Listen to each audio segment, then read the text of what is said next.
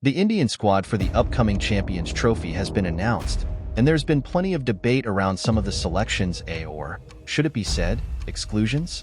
One of the big talking points, the dropping of Mohammed Siraj from the Indian ODI squad. Was this really the right call? Let's break it down. The squad includes a fresh change. Harshit Rana replaces the injured Jasprit Bumrah, and Varun Chakravarti steps in for Yashasvi Jaiswal. But here's the kicker. India is heading into the Champions Trophy with 5 spinners. Yes, 5. Now, fans and cricket pundits are asking, why so many spinners? And, more importantly, why leave out Siraj? Let's start with Siraj, who had a tough time in the Border-Gavaskar Trophy. His performances weren't up to the usual standards, and there's this perception that in ODIs, he's only effective with the new ball in the first 10 overs. It's true that he struggled when he wasn't given the new ball in the 2023 World Cup final. He looked ineffective, and with just 14 wickets in the World Cup, he finished as the 5th highest wicket taker for India, but had the worst economy rate among the top 5. So, was it time to drop him from the ODI squad entirely? Let's take a closer look at the numbers. Since 2020, Mohammed Siraj is actually the 2nd highest wicket taker for India in ODIs with 71 wickets, and his economy rate sits at a solid 5.1. That's impressive, right? But here's the stat that should make anyone pause. Since 2020, in the first 10 overs of an ODI, Siraj has been by far the most successful Indian bowler. He's taken 41 wickets, with an economy rate of just 4.3. That's the best among all Indian bowlers during this period, including the likes of Mohammad Shami and Jasprit Bumrah. In fact, Siraj has the best average and strike rate in those first 10 overs compared to his peers. No one else comes close. So, here's the million-dollar question. Is it really justified to drop a bowler who has consistently delivered in the power play? Sure, Siraj may not have been at his best in the recent World Cup, but his overall stats since 2020 paint a different picture. It's a tough call, and one that's raising a lot of eyebrows. With this squad now set, and the spotlight on the decision to carry 5 spinners, what's the verdict? Was Siraj's exclusion warranted, or did the selectors get it wrong? Let the conversation begin. Let's dive deeper into the numbers behind Mohammed Siraj's performance. Over the past few years, Siraj has played the most games, with a staggering 41 matches, 11 more than the second player on this list, Mohammad Shami. In those games, Siraj has bowled the most overs in the first 10 overs, maintaining an average of 18. An exceptional stat for any new ball bowler. Compare that to Shami, who's second on the list, with an average of 32 and a strike rate of 37. Those are staggering numbers, especially when you look at the competition. These are Siraj's numbers when he opens the bowling for India.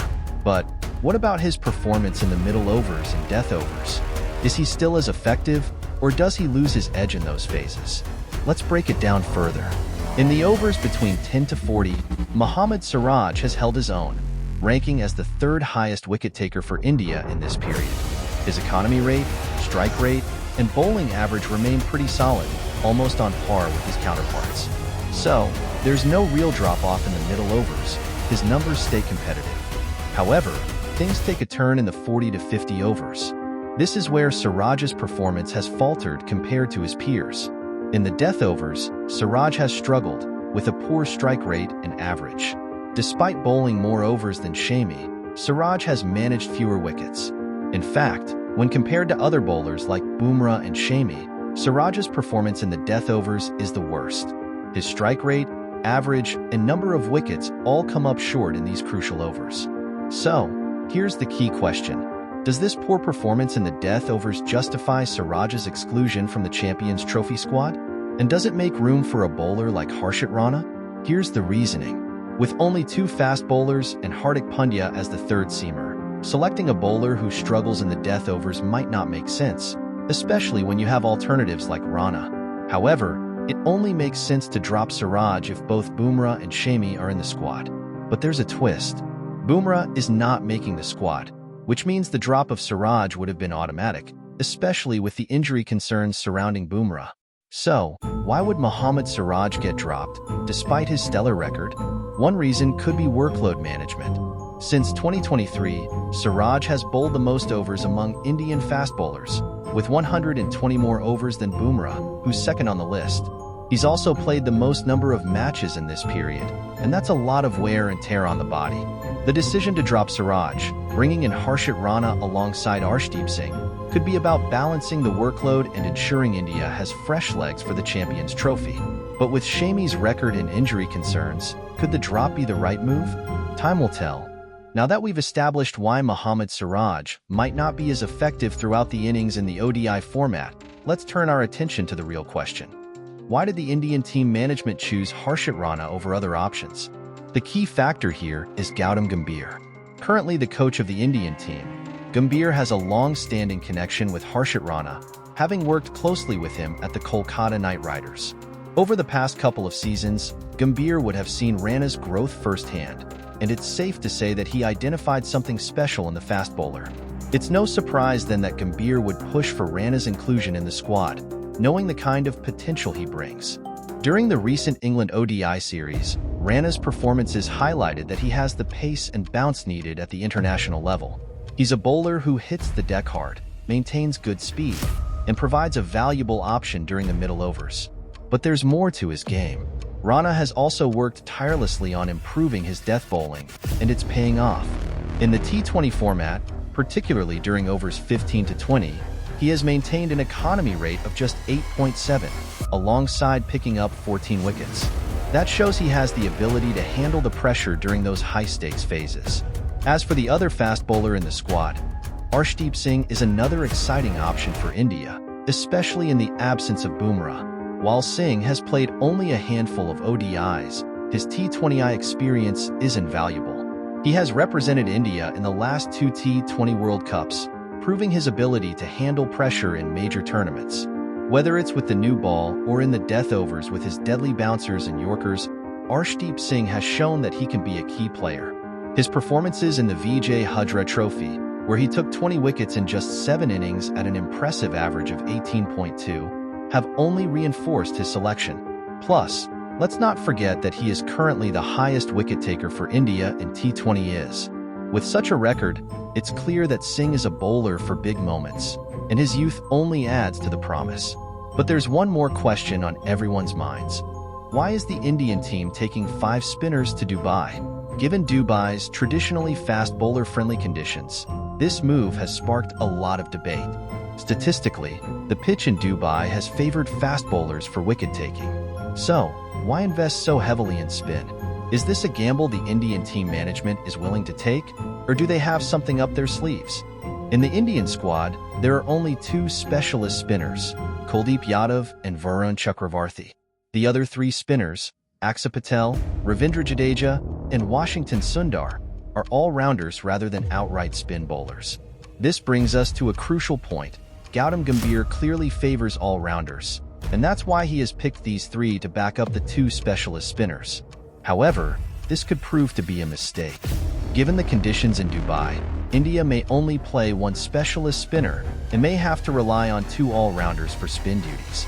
With 5 spinners in the squad, it might have been a smarter move to drop one of the spinners and bring back Mohammed Siraj into the squad.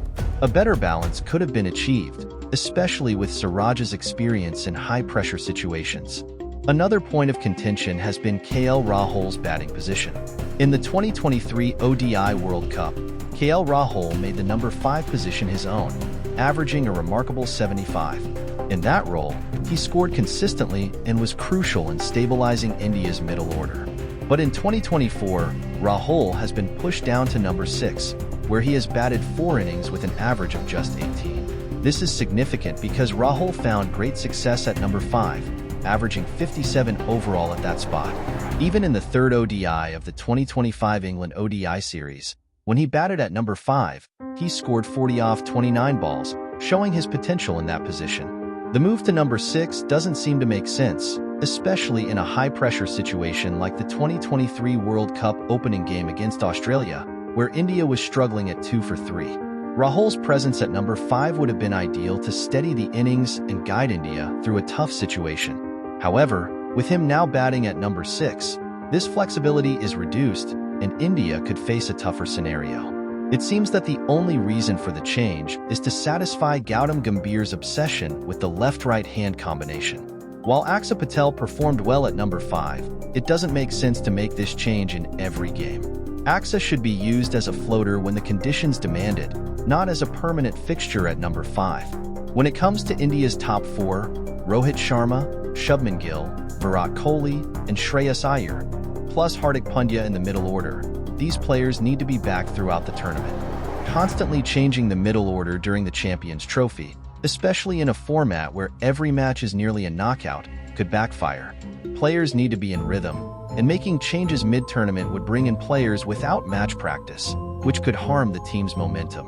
India showed during the England series that this top order is reliable and in great form. It's crucial to maintain that stability going into the tournament. This wraps up our analysis of India's squad for the Champions Trophy and the last-minute changes that might impact their chances. If you enjoyed this video, don't forget to drop a like, share it with your friends, and subscribe to the channel for more updates. Thanks for watching.